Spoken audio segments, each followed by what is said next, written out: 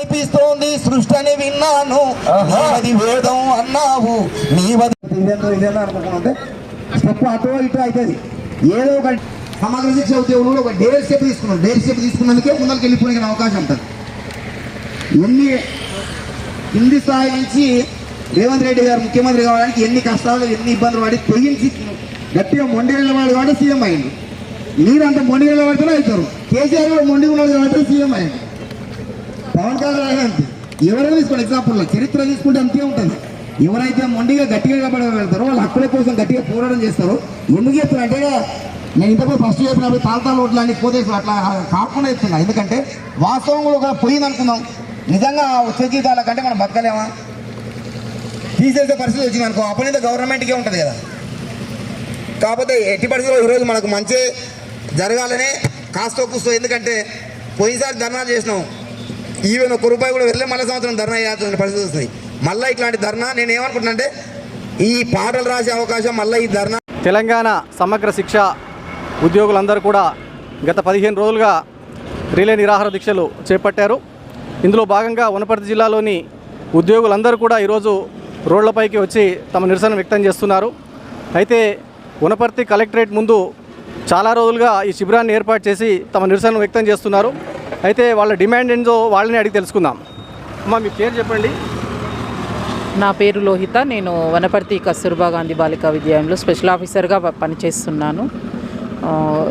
సమగ్ర శిక్షలో ఉన్న మొత్తం అందరం ఎంప్లాయీస్ అందరం కూడా ఆల్ వింగ్స్ నుంచి దాదాపు వనపర్తి జిల్లా నుంచి 500 మంది దాకా పనిచేస్తున్నాం సార్. మేము గత 20 సంవత్సరాలుగా 7-8 వేల జీతం దగ్గర నుంచి సమగ్ర శిక్షలో పనిచేస్తున్నాము. ఇప్పటి వరకు 25-30 వేల వరకే మా జీతాలు ఉన్నాయి. వాటిని జీతంగా కూడా లెక్కించట్లేదు గవర్నమెంట్. ఒక రెమ్యునరేషన్ లాగా ఇచ్చి మమ్మల్ని ప్రతి సంవత్సరము 11 నెలల జీతం ఇస్తూ టర్మినేషన్ చేస్తూ మళ్ళీ రీఎంగేజింగ్ ప్రాసెస్ చేస్తున్నారు. అదంతా లేకుండా కాంట్రాక్ట్ వ్యవస్థ అనేదే తెలంగాణ ప్రభుత్వంలో ఉండొద్దని కోరుకుంటున్నది. కాబట్టి గవర్నమెంట్ మమ్మల్ని రెగ్యులరైజ్ చేయాలి, పే స్కేల్ అమలు చేయాలని కోరుకుంటున్నాం సార్. అన్ని సమగ్ర శిక్షలో ఉండేటటువంటి ఎంఆర్సీలో ఉండే మెసెంజర్ నుంచి అన్ని స్థాయిలో ఉండేటటువంటి అందరి ఎంప్లాయీస్కి కూడా సమన్యాయం చేయాలని కోరుకుంటున్నాను. ధన్యవాదాలు. ఇప్పుడు మీరు చాలా రోజుల నుంచి నిరాహార దీక్ష చేస్తున్నారు కదా, నిరసన దీక్షలు చేస్తున్నారు, అంటే విద్యార్థుల పరిస్థితి ఏంటి? విద్యార్థుల పరిస్థితి సార్, ఇప్పుడు కేజీబీ యూఆర్ఎస్లో విద్యార్థుల పరిస్థితి అంటే ఒకరు ఇద్దరు ఉండి టీచింగ్ నాన్ టీచింగ్ నుంచి అక్కడ వాళ్ళ బాగోలు చూసుకోవడం, వాళ్ళు మధ్యాహ్న భోజనం కానీ ఉదయం కానీ డిన్నర్ కానీ చూసుకోవడం జరుగుతుంది. కానీ ప్రభుత్వం ఇప్పటికీ స్పందించడం లేదు. 15 రోజులు అవుతుంది మేము సమ్మె చేయబట్టి.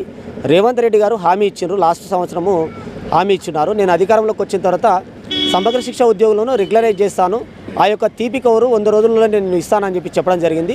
సచివాలయానికి పిలిచి ఆ యొక్క తీపి కవర్ ఇస్తానని చెప్పడం జరిగింది. సంవత్సరం అయిపోయింది, ఆ హామీ నెరవేరలేదు. కాబట్టి మేము ఈరోజు బయటకు వచ్చినాం. ఆ హామీ కాదు, గత 20 సంవత్సరాలు కూడా మేము ఇలాగే గత ప్రభుత్వాలుగా మేము మోసపోతూనే ఉన్నాం. ఆ యొక్క డిమాండ్నే మేము నెరవేర్చాను అని చెప్పి మేము చెప్తా ఉన్నాం. ఒకవేళ ఇప్పటికీ ప్రభుత్వం స్పందించకపోతే ఆ ఒకరిద్దరు ముగ్గురు ఉన్నటువంటి కేజీబీలలో ఆ టీచింగ్ నాన్ టీచింగ్ స్టాఫ్ను కూడా మేము బయటికి తీసుకొచ్చి కంప్లీట్గా పూర్తి స్థాయిలో సమ్మె చేయడానికి కూడా మేము సిద్ధమైనాం సార్. అంటే మీ నిరసన కార్యక్రమం ద్వారా అంటే ఇంకా ఏ విధమైనటువంటి మీరు ప్రభుత్వాన్ని డిమాండ్ చేయబోతున్నారు?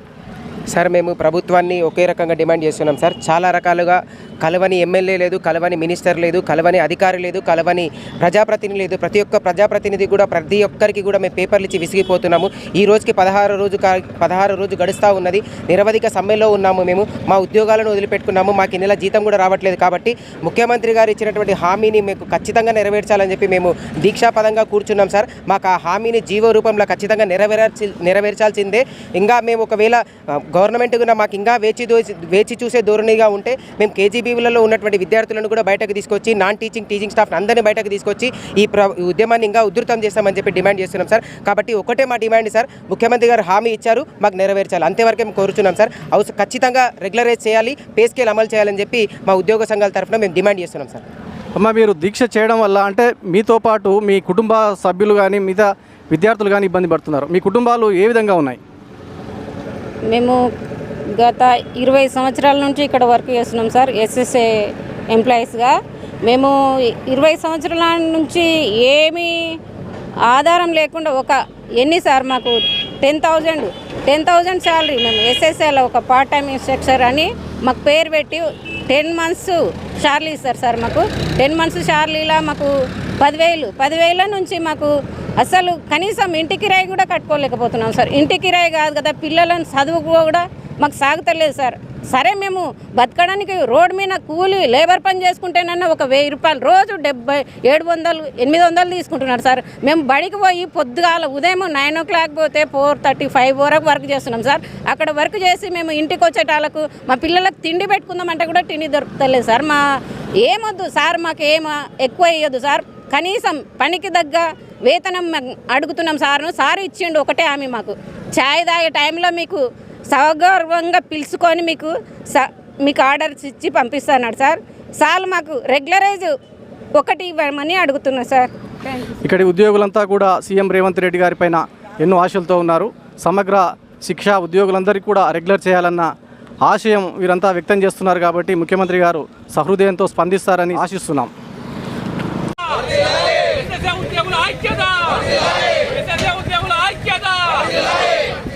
సీఎం రేవంత్ రెడ్డి గారు ఇచ్చిన హామీలు వెంటనే, సీఎం రేవంత్ రెడ్డి గారు ఇచ్చినటువంటి హామీలు వెంటనే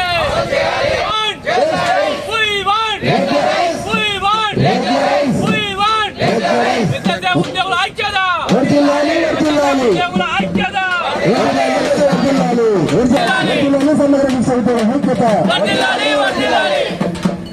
అరే ఆకలి మంటల కేకలతోటి పోరాటానికి పిలిపించింది, కనీస జీతం చూడాలంటూ కథరంగంలో అడుగెట్టింది, కథరంగంలో అడుగుపెట్టింది. ఎస్ఎస్ఏ జెండా ఎగరేద్దాం మనమంతా, ఎస్ఎస్ఏ జెండా ఎగరేద్దాం మనమంతా. ఎరుడు జెండాల చెరుల దండోలంగా, ఎస్ఎస్ఏ జెండా ఎగరేద్దాం మనమంతా, ఎస్ఎస్ఏ జెండా ఎగరేద్దాం మనమంతా, ఎస్ఎస్ఏ జెండా ఎగరేద్దాం మనమంతా. ఎత్తు సాగిరి వ్యవస్థలోన అవస్థలన్నీ వద్దంటున్నాం, అవస్థలన్నీ వద్దంటున్నాం, వ్యవస్థలన్నీ వద్దంటున్నాం. ఎత్తు సాగిరి వ్యవస్థలోన అవస్థలన్నీ వద్దంటున్నాం, అవస్థలన్నీ వద్దంటున్నాం, అవస్థలన్నీ వద్దంటున్నాం. సమగ్ర శిక్ష బుద్ధి సమర సంకట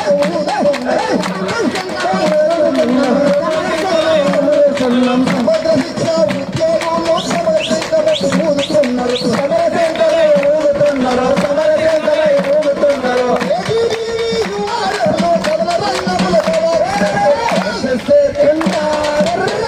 మనమంతా ఎస్ఎస్ఏ జెండా ఎగరేద్దాం మనమంతా, ఎస్ఎస్ఏ జెండా ఎగరేద్దాం మనమంతా, ఎస్ఎస్ఏ జెండా ఎగరేద్దాం మనమంతా.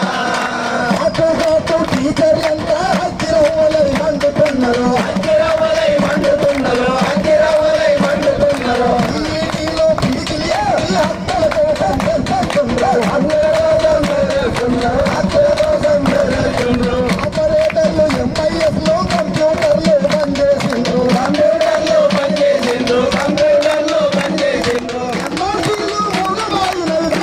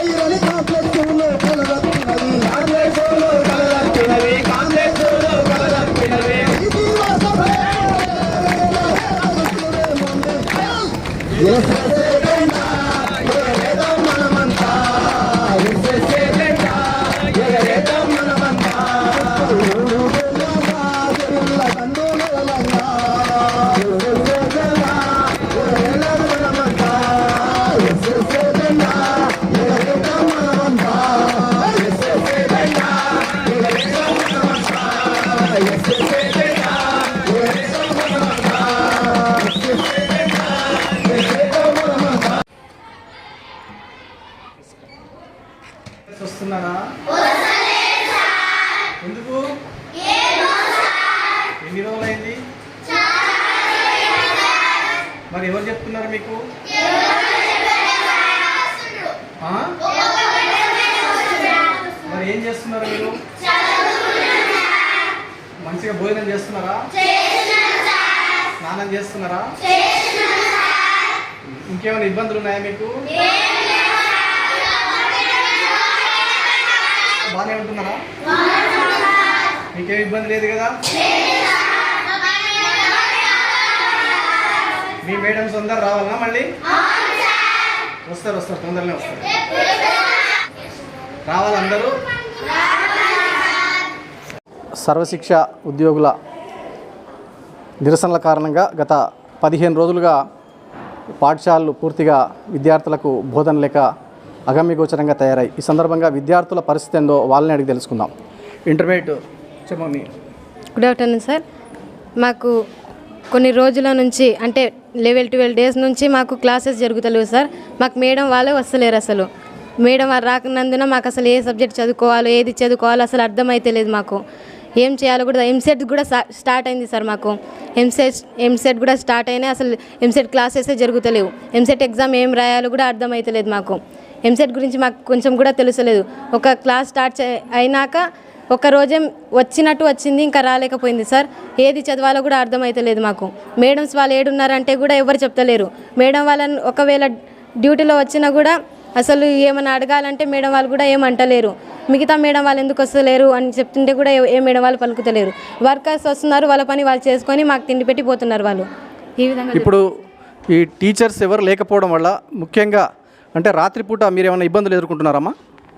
సార్ అసలు సిక్ అయిన వాళ్ళకి అసలు ఏం చేయాలో అర్థమవుతలేదు. వాళ్ళకి ఇప్పుడు మనకి హెల్త్ బాగుండదు కదా సార్. వాళ్ళకి ఏదైనా సడన్గా సీరియస్ అయితే అసలు ఏం చేయాలి? ఎవరు లేరు కూడా ఇక్కడ మేడం వాళ్ళు చెప్పడానికి. వాళ్ళకి ఏదైనా అయితే రియాక్షన్ తీసుకోవడానికి ఎవరు లేరు. వాళ్ళకి ఏమవుతుందో కూడా అర్థమవుతలేదు. ఇట్లా ఏమన్నా సార్ వాళ్ళు వస్తారు 100% రిజల్ట్ కావాలని అంటున్నారు. కానీ అసలు మేడం వాళ్ళు ఏంది, మేము ఎలా తీసుకురావాలి సార్ రిజల్ట్? మేడం వాళ్ళు ఉంటేనే కదా మేము ఏమైనా చదివి తీసుకొచ్చేది వాళ్ళకి. అందుకోసమే మేడం వాళ్ళు కావాలని అడుగుతున్నాం మేము. ఇంటర్మీడియట్ విద్యార్థుల పరిస్థితి ఈ విధంగా ఉంటే మరి 10th క్లాస్ విద్యార్థుల పరిస్థితి ఏ విధంగా తెలుసుకుందాం. అమ్మ చెప్పండి అమ్మా. Good afternoon sir. మాకు మేడం వాళ్ళు లేక ఏం చదువుకోవాలో అర్థమవుతలేదు సార్. మాకు టైం టేబుల్ కూడా వచ్చేసింది. ఎలా చదువుకోవాలి, ఏం చదువుకోవాలి అనేది అర్థమవుతలేదు సార్. మరి 10వ తరగతి పరీక్షల విద్యార్థులతో పాటు ఇంటర్మీడియట్ చదివే విద్యార్థులు ఎంసెట్కు ప్రిపేర్ అయ్యే పరిస్థితుల్లో వీళ్ళు ఈ విధంగా నిరసనలు వ్యక్తం చేసి పాఠశాలలకు ఉపాధ్యాయులు రాకపోవడంతో తీవ్ర ఇబ్బందులు పడుతున్నారు. ఈ విద్య ఇబ్బందులు అన్నీ కూడా త్వరలోనే తొలగిపోవాలని రాష్ట్ర ప్రభుత్వం వీళ్ళ డిమాండ్లు తొలగించడమో లేకుంటే వీరితో చర్చలు జరిపి స్కూళ్లకు పంపించడమో చేయాలని అందరూ కూడా కోరుకోవడం జరుగుతుంది. కెమెరామెన్ రాముతో శ్రీధర్రావు, TG9 వనపర్తి.